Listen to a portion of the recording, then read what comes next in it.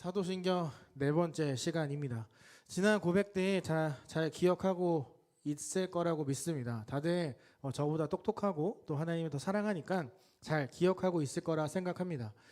오늘 우리가 함께 나눌 말씀은 있어서는 안 되는, 다시는 반복되지 않기를 바라야 되는 그런 하나의 스캔들에 대한 이야기예요.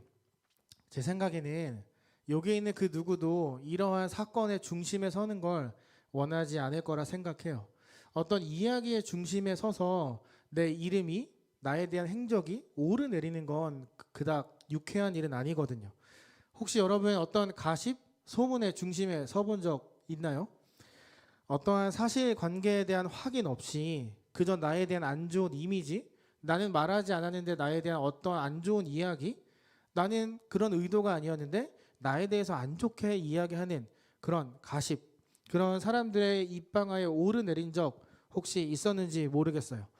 저도 나름 많았습니다. 그렇게 생기진 않았겠지만 나름 굴곡진 인생을 살아왔는데 제 인생에 있어서 두 번 다시는 경험하고 싶지 않은 그런 일을 경험한 적이 있었어요. 지금은 편안하게 이야기할 수 있지만 그때는 참 너무 힘들었어요. 제가 신대원을 다닐 때 원우 회장이라는 걸 했었어요. 동기들과 함께 원우회, 그러니까 이제 학생회장 선거에 나간 거죠. 나갔던 이유는 제가 정치적으로 어떤 야욕이 있어서 어떤 돈을 많이 벌고 싶어서 혹은 내 이름을 알리고 싶어서 나간 건 아니고 전도사님들이 학교를 다닐 수 있는 가장 큰 이유는 바로 여러분들이, 또 여러분들의 부모님들이 한 주간 정말 힘들게 삶의 자리에서 벌은 소득으로 낸 헌금을 가지고 전도사님이 신대원에 가서 공부를 하게 되거든요. 그리고 이제 학생회비도 내는 거고. 그런데 제가 이게 어떤 정의감이 불타는 사람은 아니었지만 나름 그 학생회비가 어디에 쓰이는지 너무 궁금했어요. 근데 물어봐도 출처를 잘 말해주지 않는데 돈은 없다 그러고 내라고 그러고. 그래서 친구들이랑 이야기하다가 저는 처음에 그 원우회에 들어가서 회계를 하고 싶었어요. 돈을 어디에 쓰는지 궁금해서. 근데 이제 친구들이랑 이야기하다 보니까 제가 회장으로 나가야 되는 상황이 됐어요. 일단 제가 그때 학교 카페에서 알바를 하고 있었고 반 합창 때 반주를 했고 또 유신 강사님이 신대원 들어오려고 면접 보러 왔을 때 제가 면접 조교였어요. 경건조교도 하고 나름 이제 왜 그 선거 나가려면 이제 얼굴이나 좀 지명도 얼굴 좀 팔려야 되잖아요. 나름 제가 좀 얼굴 좀 팔렸던 사람이었던 거죠. 그래서 이제 나갔고 회장이 됐어요. 그래서 이제 학생들에게 그 학생회비를 그대로 돌려주고 싶어서 그 전까지 하지 않았던 무인 매점, 무인 프린터 여러 가지 복지들로 막 돌려주고 있었어요. 그때 학내에서 정말 있어서는 안 되는 되풀이 돼서는 안 되는 정말 부끄러운 일이 딱 터졌어요. 신학대학원의 총장 그 목사님이 참 부끄러운 행동을 한 거죠. 학교가 뒤집어지고 세상 언론이 주목하기 시작했어요. 이제 금요일날 채플이 끝나고 사역하던 일산으로 가기 위해서 차를 타고 쭉 가고 있는데 모르는 번호로 전화가 오기 시작을 하는 거예요. 안 받았어요. 근데 또 다시 모르는 번호로 전화가 오는 거예요. 근데 전화가 얼마나 많이 왔냐면 핸드폰 배터리가 없어서 꺼질 때까지 전화가 엄청 많이 왔어요. 도대체 이게 뭘까 하고 나중에 받아봤더니 각 언론사의 기자들이었어요. 원하지 않게 저는 사건의 중심에 서게 됐어요. 그냥 생각 없이 처음에 무슨 일인지 모르고 통화했던 그 인터뷰가 신문에 실려서 나가기 시작했어요. 제가 교회에서 회장이란 얘기를 하지 않았는데 어느 날 교회에 갔더니 교회 로비 1층에 제가 이렇게 하고 있는 사진이 일면에 실려서 거기에 있는 거예요. 그러니까 남들이 봤을 땐 양희석 전도사가 학교 가서 데모를 하고 있네? 라고 할 만큼 엄청 큰 그 기사가 딱 실린 거죠. 지금도 네이버에 양희석 총신대 치면 기사가 쭈루루 나와요. 원하지 않게 그런 사건에 휘말렸어요. 수많은 사람들의 입에 오르내리며 가십거리가 되었어요. 나름 관종이라 생각했는데 관심 받는 게 너무 싫더라고요. 관심 받는 것 그렇게 받고 싶지 않더라고요. 어떤 사건에 휘말려 사람들 입에 오르내리는 것, 또 그것이 다 부정적인 내용들로 가득 찬 것, 나에게 하등 아무것도 도움되지 않는 것, 그걸 스캔들이라고 하죠. 아주 자극적인 이야기, 그리고 그 근거 없는 소문이 점점 커지고 더 화려해져서 나라는 사람을 완전 괴물처럼 만들어버리는 이야기, 그게 스캔들이죠. 여러분이 만약에 누군가의 입방아에 오르내린다면 여러분의 마음은 어떨 것 같아요? 힘들지 않을까요? 저는 그때 연예인들이 왜 악플을 보며 최악의 선택을 하는지를 느꼈어요. 정말 하루에도 수없이 쏟아지는 문자와 메시지들을 통해서 이런 것들이 사람의 영혼을 참 피말리고 죽어가게 만드는구나, 그걸 그때 깨달았어요. 나는 아무 잘못하지 않았는데 사람들 만나는 게 너무 두려웠고, 나는 뭐 아무것도 안 했는데 앞에 있다는 이유만으로 손가락질 받고, 그때 끝없이 사람들의 눈치를 보게 되더라고요. 오늘 우리가 함께 나눌 그 말씀은 제가 경험한 것과 차원이 다른 정말 충격적인 스캔들에 대한 이야기예요. 정말 전에도 없었고 앞으로도 없을, 경험해 본 적 없는 자극적인 이야기, 수많은 가십거리를 만들어낼 수 있는 충격적인 스캔들에 대해 함께 나누려고 해요. 그런데 이 스캔들은 좀 달라요. 근거 없는, 이유 없는, 실체 없는 소문이 아니라 정말 명확한 실체가 있는 그런 스캔들이었어요. 여러분 혹시 복음은 스캔들이다 라는 말 들어본 적 있나요? 우리가 매일 묵상하고 듣고 하는 그 복음 그 자체가 사실은 스캔들이에요. 쉽게 이해할 수 없는, 받아들일 수 없는 온갖 의문투성이가 적혀져 있는 것, 그것이 바로 복음이에요. 여러분이 믿고 있는 창조론, 하나님이 신이 인간이 된 사건, 그 신이 십자가에 달려 죽은 것, 부활, 승천, 이거 여러분 쉽게 믿을 수 있는 이야기인가요? 아니 그냥 쉽게 이야기할 수 있는 것 아니지 않나요? 복음은 그 자체만으로도 스캔들이에요. 사람들이 의아하게 만드는, 사람들로 하여금 이게 무슨 소리야 라는 말이 저절로 나오게 하는 자극적인 이야기, 그게 바로 스캔들, 우리가 읽고 있는 복음이에요. 바울이요, 이 복음이 얼마나 스캔들인지 잘 알고 있었어요. 그래서 그가 이사야 8장 14절을 인용해서 우리가 함께 읽을 건데, 로마서 9장 33절에 이런 이야기를 해요. 한번 띄워주실래요? 한번 읽어볼까요? 시작.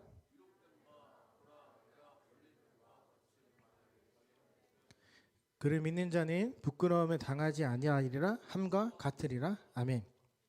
이 말씀에 스캔들이 숨어져 있어요.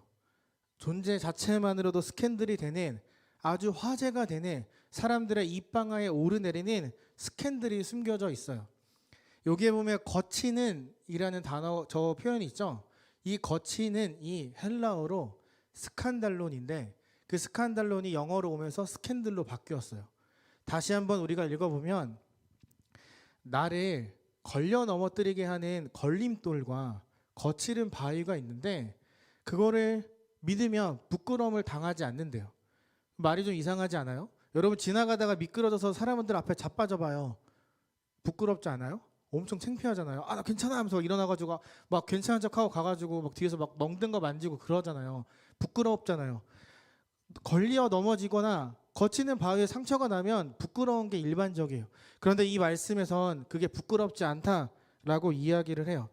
여기에서 말하는 나를 걸려 넘어지게 하고 거치는 그 바위는요, 메시아 예수 그리스도를 의미해요. 여러분이 예수님을 알게 된 순간, 믿게 된 순간, 그전에 너무나 당연하게 여겼던 것들이 죄라는 걸 깨닫게 되는 거죠. 편안하게 살았는데 예수 그리스도라는 존재가 내 삶을 이제 불편하게 만드는 거예요. 나를 넘어뜨리는, 거치는 바위가 돼서 나에게 다가오는 거예요. 그러니까 예수 그리스도를 믿는다는 건 그 복음이 우리를 넘어뜨리는 것과 같아요. 우리가 그 앞에 넘어지면서 깨닫죠. 이게 죄였구나. 이게 하나님이 싫어하는 거였구나. 그래, 내가 이걸 하면 안 되는 거지. 그걸 깨닫게 해주는 거치는 바위, 걸림돌, 그것이 바로 복음이고 예수 그리스도라는 거죠. 이스라엘이 이 말씀을, 예언을 받았음에도 불구하고 믿지 않았어요. 그들이 거부했어요. 그래서 그 구원의 모든 것들이 우리에게 확장이 돼서 넘어왔죠. 여러분, 이거 로마서를 쓴 바울은요, 스캔들 때문에 눈이 돌았던 사람이에요. 스캔들 때문에 정말 화가 많이 나서 이 스캔들을 믿는 사람들을 잡아 죽이러 다녔어요. 말이 안 되잖아요. 아니 자기가 평생 동안 봐왔던 모세 오경에 따르면 아직 메시아는 오지 않았고 신이 사람이 되고 죽고 부활한 게 믿겨지지가 않는 거잖아요. 바울에게 이건 그냥 스캔들 가십거리였어요. 그러니까 저걸 믿는 바보 같은 사람들을 잡아서 내가 바꾸겠다라는 생각으로 쫓아가서 때리고 죽이고 사람들을 위협하면서 저 스캔들에서 빠져나오도록 한 거죠. 그러던 바울이 복음을 제대로 만난 거예요. 걸어가다 예수님을 제대로 만난 거예요. 그래서 그 삶이 완전히 바뀌었죠. 자신이 스캔들을 전하는 사람이 되어버렸어요. 바울이 목숨을 걸며 전했던 저 스캔들, 그리고 여러분도 지금 받아들이고 있는 그 스캔들, 그게 무엇인지 함께 살펴보려고 해요. 이 스캔들에 진짜 말도 안 되는 이야기거든요. 아마 교회를 다니지 않는 사람들, 혹은 여러분이 교회를 다니지 않고 예수님을 몰랐다면 이 이야기를 딱 듣고 첫 마디가 이거였을 거예요. 뭐래? 말이 되는 소리를 해야지 라고 했을 거예요. 정말 진짜 이해할 수 없는 그 이야기. 오늘 이 시간 여러분들이 이 스캔들에 대한 내용을 받아들이고 또 그것을 넘어서지 못한다면 여러분의 믿음은 그냥 그저 머리로만 하나님을 아는 사람으로 남을 수 있어요. 우리가 넘어야 되는 큰 산, 받아들여야 하는 그 스캔들은 성령으로 잉태되어 동정녀에게 나신 것, 그거예요. 우리 이사야 7장 14절을 한번 같이 읽어볼까요? 네, 함께 읽겠습니다. 시작.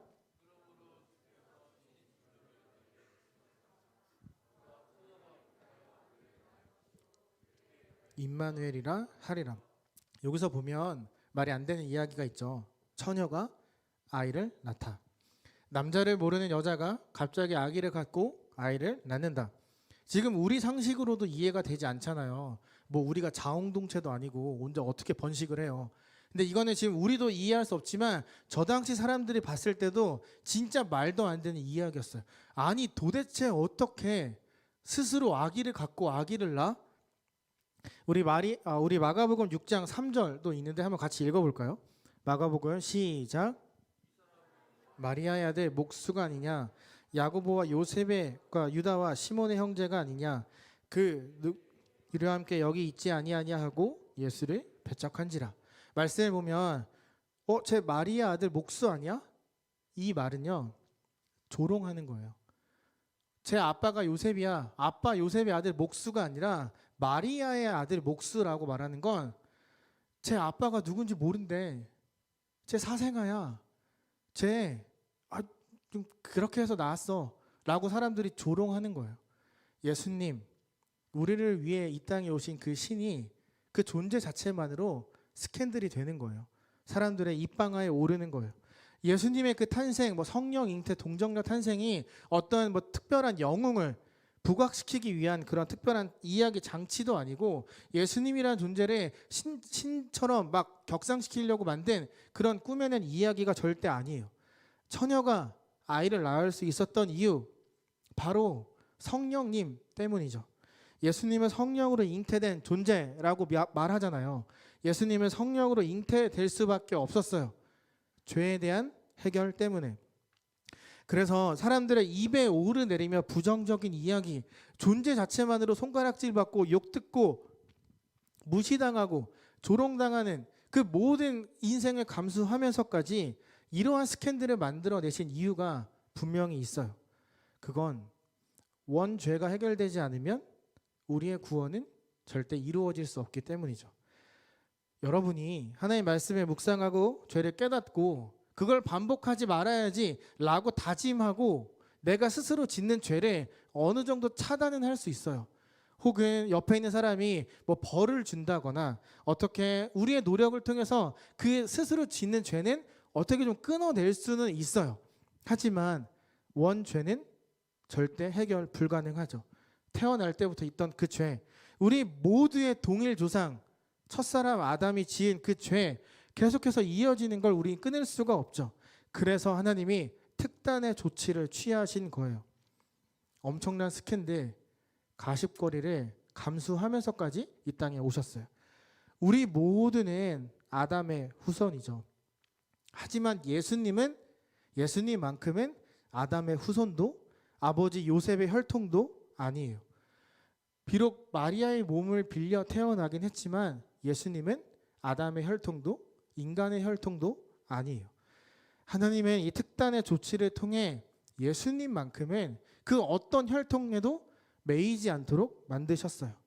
죄, 그걸로 인해 오염된 모든 것들로 벗어난 존재, 예수 그리스도로 이 땅에 태어나셨어요. 성령으로 잉태된 존재를 통해 우리에게 지금도 말씀하시는 거예요.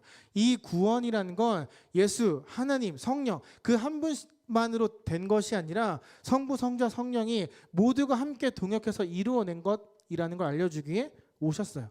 구원의 큰 그림을 그린 성부 하나님, 역사의 한 시점에 딱 오셔서 그곳에서 구원의 길을 열어주신 예수님, 그리고 구원의 길에 반응하는 우리와 같은 사람들에게 구원의 은혜를 주시는 성령 하나님, 이 세 분이 함께 일하고 있다는 걸 보여주기 위해 엄청난 스캔들을 감당해 내신 거라는 거죠. 여러분, 성령으로 잉태되었다는 사실 혹시 믿고 있나요? 이걸 믿는다는 건 정말 큰 의미가 있어요. 나도 여러분도 성령으로 새롭게 거듭날 수 있다는 것을 말하거든요. 우리 누가복음 1장 35절 혹시 있으면 같이 읽어볼까요? 네, 함께 읽겠습니다. 시작.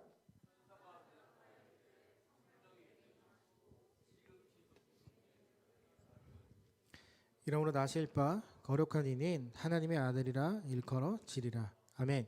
여기서 말하는 임하시고 임하다와 지극히 높으신 이의 능력, 임하다와 능력은요, 여러분이 잘 알고 있는 사도행전 1장 8절에도 나오거든요. 오직 성령이 너희에게 임하시면 너희가 권능을 받고, 같은 의미예요. 마리아는요, 자신에게 성령이 임하시고 그 능력이 자신을 덮는다는 것을 믿었어요. 그 믿음의 결과가 성령 잉태로 이어진 거예요. 예수님의 성령님이 임하시고 하나님의 능력으로 덮어져서 태어났다는 거죠. 그리고 그렇게 태어나신 예수님이 지금도 우리에게 말씀하시는 거예요. 너가 나를 믿기만 한다면 오직 성령이 너희에게 임할 것이고 너희가 권능을 받게 된다. 마리아는 아까 여러분이 찬양했던 것처럼 그 눈에 아무 증거 보이지 않는데 그럼에도 그걸 믿었어요. 그리고 믿음의 결과가 성령 잉태, 동정녀 탄생으로 이어졌어요. 성령님께서 임하셔서 하나님의 능력이 덮어진 것처럼 저도 여러분도 동일한 성령과 그 덮어짐과 능력이 있다는 것을 말해요. 저와 여러분이 정말 성령으로 거듭나면요, 하나님의 능력으로 덮어진 인생을 살면요, 여러분 삶 속에 여러분 삶을 흔드는 어떤 사건, 고난, 스캔들 속에서 버텨낼 수 있는 힘이 생겨요.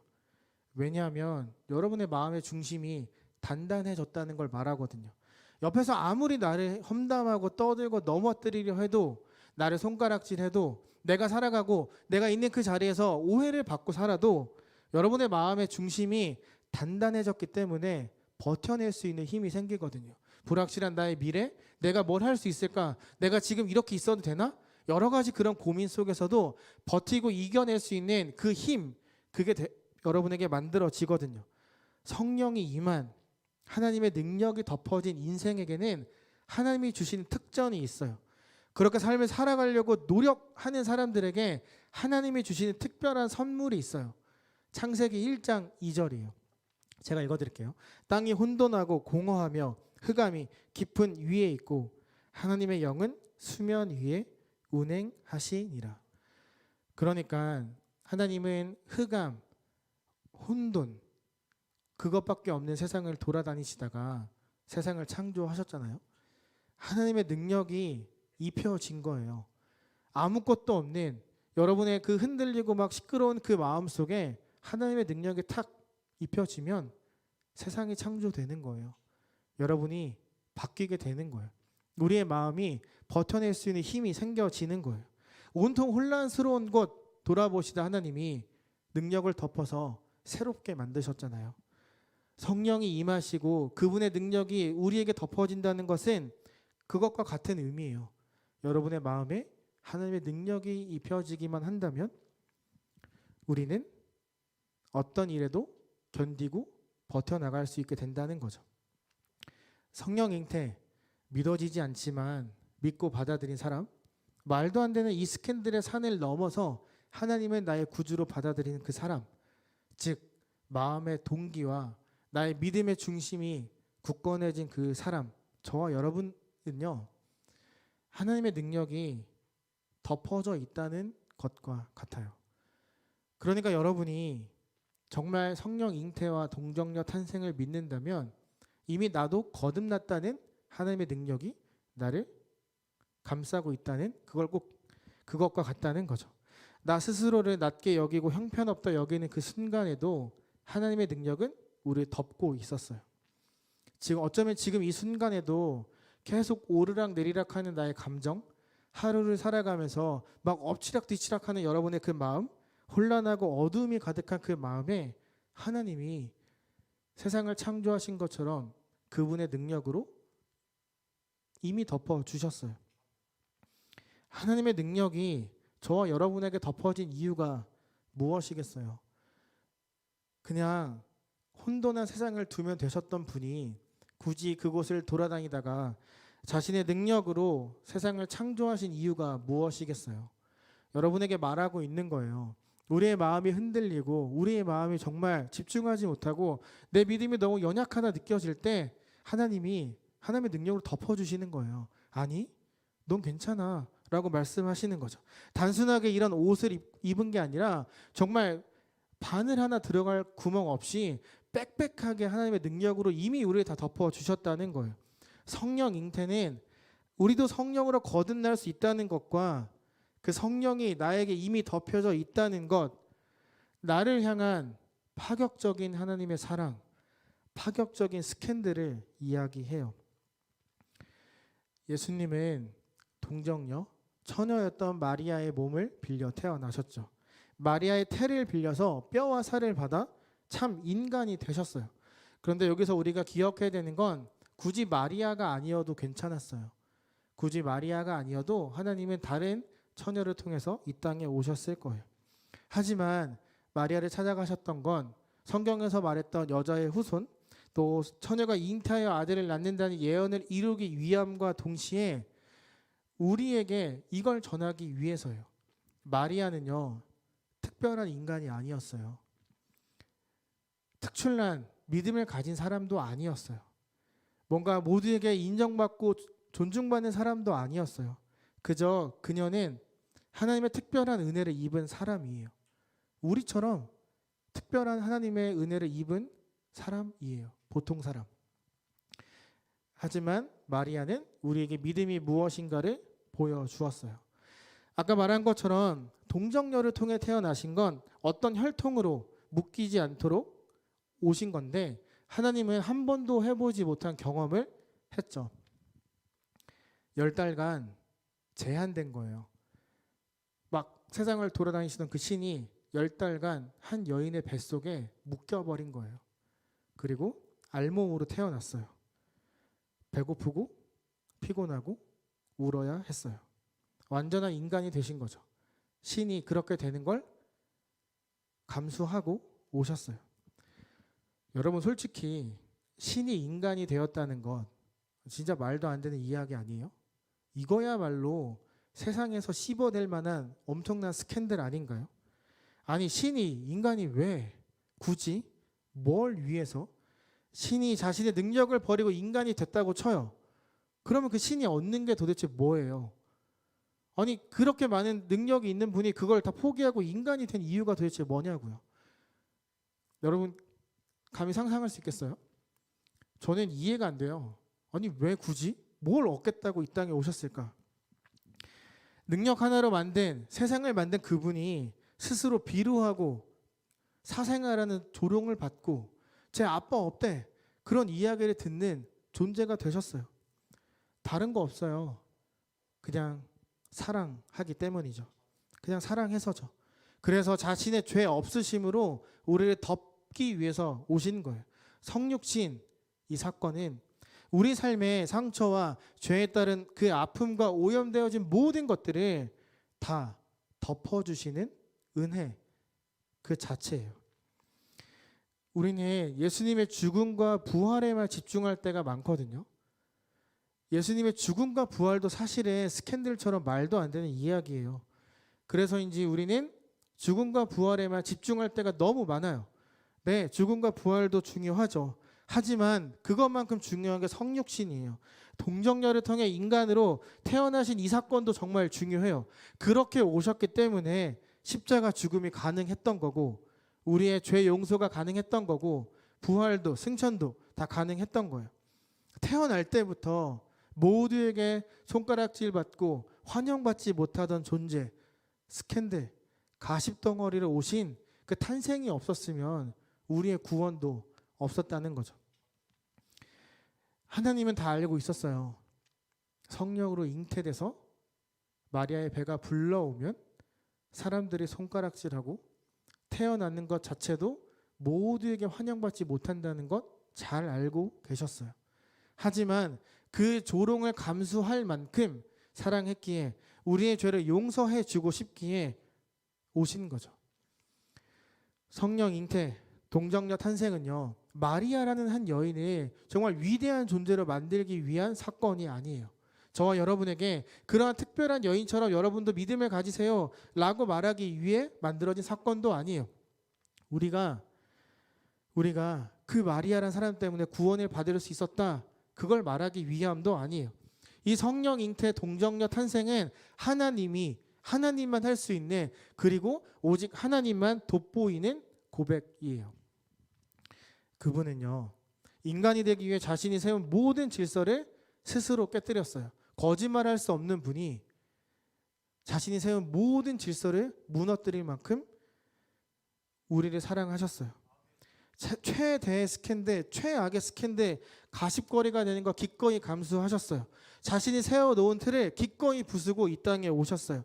우리를 향한 그만큼 집요하고 치밀하고 강력한 사랑의 마음으로 모든 질서를 깨뜨리고 신이 인간이 되어 성령으로 잉태되어 동정녀에게 태어나신 거예요. 성령 잉태와 동정녀 탄생, 솔직히 지금도 믿어지지 않는 사건일 수 있어요. 쉽게 믿고 접근하고 받아들일 수 있는 내용이 절대 아니에요.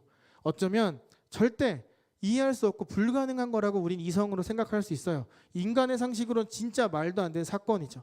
하지만 그럼에도 우리가 이거 고백해야 되는 이유, 최대의 스캔들을 받아들여야 하는 이유는요, 그게 바로 믿음이기 때문이에요. 믿음의 다른 말은 인간적인 판단과 생각을 하나님의 역사하심 앞에 내려놓는 것, 그게 믿음이거든요. 믿음은요, 하나님의 이해할 수 없는 영적인 역사 앞에 감히 내 생각과 판단을 끼워 넣지 않는 것, 그게 믿음이거든요. 누가복음 5장 5절을 보면요, 이런 이야기가 있어요.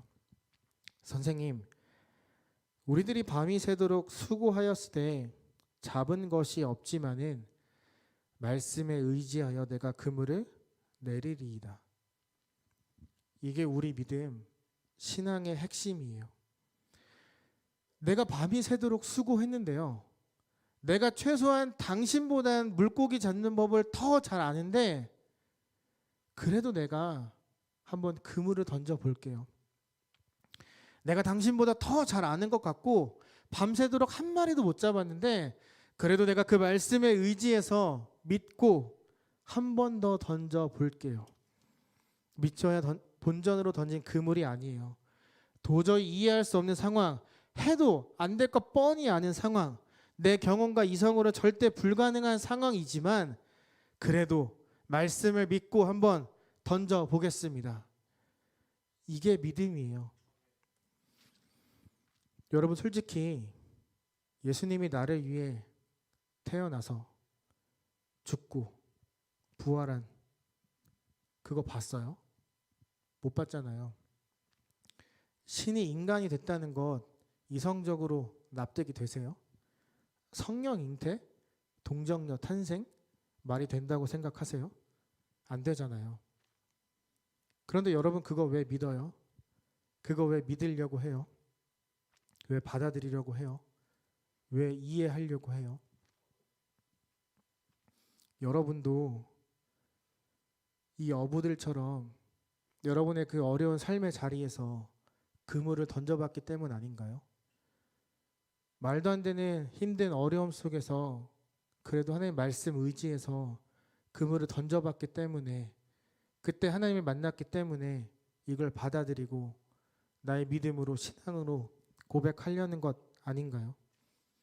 여러분이 갖고 있는 지금 그 믿음, 예수님을 향한 그 마음, 그물을 던졌기 때문에 얻은 것 아닌가요? 예수님의 제자 도마가요, 예수님이 부활하셨다는 소식을 듣고 믿지 않아요. 그가 의심병 환자라서 믿지 않은 게 아니에요. 보고 싶었던 거예요. 자기가 정말로 사랑했던 그 예수님이 살아났다는 걸 듣는 거 말고 눈으로 보고 싶었던 거예요. 그래서 내가 보기 전에 믿을 수 없다라고 말한 거예요. 그리고 예수님이 나타나셔서 창자국과 못자국을 보여주시죠. 자신이 사랑했던 그 예수님이 살아 돌아온 걸 봤어요. 분명히 자기 눈으로 숨이 멎고 심장이 멈추고 완전히 죽은 걸 봤는데 그분이 다시 살아나서 앞에 나타난 걸 딱 봤어요. 그리고 도마가 이런 고백을 해요. 정말 그 전에 하지 않았던 도마의 고백. 나의 주님이시오, 나의 하나님이시니이다. 믿음은요, 보이지 않지만 나의 생각과 판단을 내려놓는 거예요. 납득할 수 없지만 그래도 그물을 던지는 것, 그게 믿음이에요. 저와 여러분은 세상에 속해 있지만 이제 더 이상 세상의 혈통에 속한 사람이 아니죠.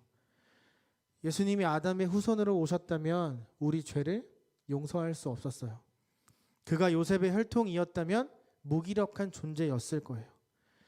예수님은 세상의 그 어떤 혈통에도 얽매이지 않는 존재로 오셨어요. 성령을 입고 하나님의 능력으로 태어나셨어요. 저와 여러분도 마찬가지예요. 예수님을 믿고 고백하고 이 자리에 앉아 있다는 것, 그것만으로도 우린 하나님의 혈통이라는 거예요. 세상이 우리를 넘어뜨릴 수 없는 정말 가장 강력한 혈통, 하나님의 자녀라는 거죠. 구원을 이루기 위해 새로운 혈통을 기꺼이 시작하셨어요. 그 혈통을 이어받은 존재가 바로 저와 여러분이에요. 성령 잉태 동정녀 탄생은 저와 여러분에게 새로운 혈통, 새로운 존재, 사랑받는 자녀라는 걸 알려주기 위한 것이었어요. 여러분, 믿음은 이해가 되지 않아도 믿고 그물을 던지는 거예요. 순종은 납득이 되지 않아도 기꺼이 하는 거예요. 왜냐하면 그 믿음과 여러분의 순종의 대상, 여러분의 그 마음, 신앙의 대상이 나의 생각과 경험의 한계를 초월한 어떤 존재의 이야기이기 때문이에요. 사랑하는 여러분, 여러분은 무엇을 믿고 의지하고 살아가고 있습니까? 여러분의 믿음의 대상은 누구입니까? 히브리서에 보면 믿음은 바라는 것들의 실상이요 보이지 않는 것들의 증거이니 라는 말씀이 있어요. 성령 잉태, 동정녀 탄생은요 보이지 않는 것들의 증거예요. 우리의 믿음 보이지 않죠. 내 믿음의 수치가 얼마인지 우린 몰라요. 하지만 여러분의 믿음은 보이지 않는 것들의 실체이기도 해요. 이번 한 주간 살아가면서 이 말씀을 꼭 기억했으면 좋겠어요. 시간이 된다면, 괜찮다면 여러분의 휴대폰에 이렇게 적었으면 좋겠어요. 믿음은 바라는 것들의 실상이요 보이지 않는 것들의 증거이다. 우리 눈에 보이지 않는 그 전능자가 여러분의 믿음의 실체가 되기 위해 아기가 되셨어요. 육신을 입고 이 땅에 오셨어요. 그리고 그분은 지금도 예수 그리스도를 주로 고백한 모든 사람들에게 동일하게 임하셔서 그 능력으로 덮어주고 계세요. 말도 지지리도 않는 우리를 사랑하기 때문에 여러분의 믿음의 대상, 보이지 않는 것의 실체가 되기 위해, 그 증거가 되기 위해 최대의 스캔들, 최악의 스캔들, 조롱거리 모든 것들을 다 감수하고 세상의 불편함도 다 감수하고 이 땅에 오셨어요. 그 하나님의 증거, 실상, 실체, 그 사랑을 경험하는 이번 한 주가 되었으면 좋겠어요.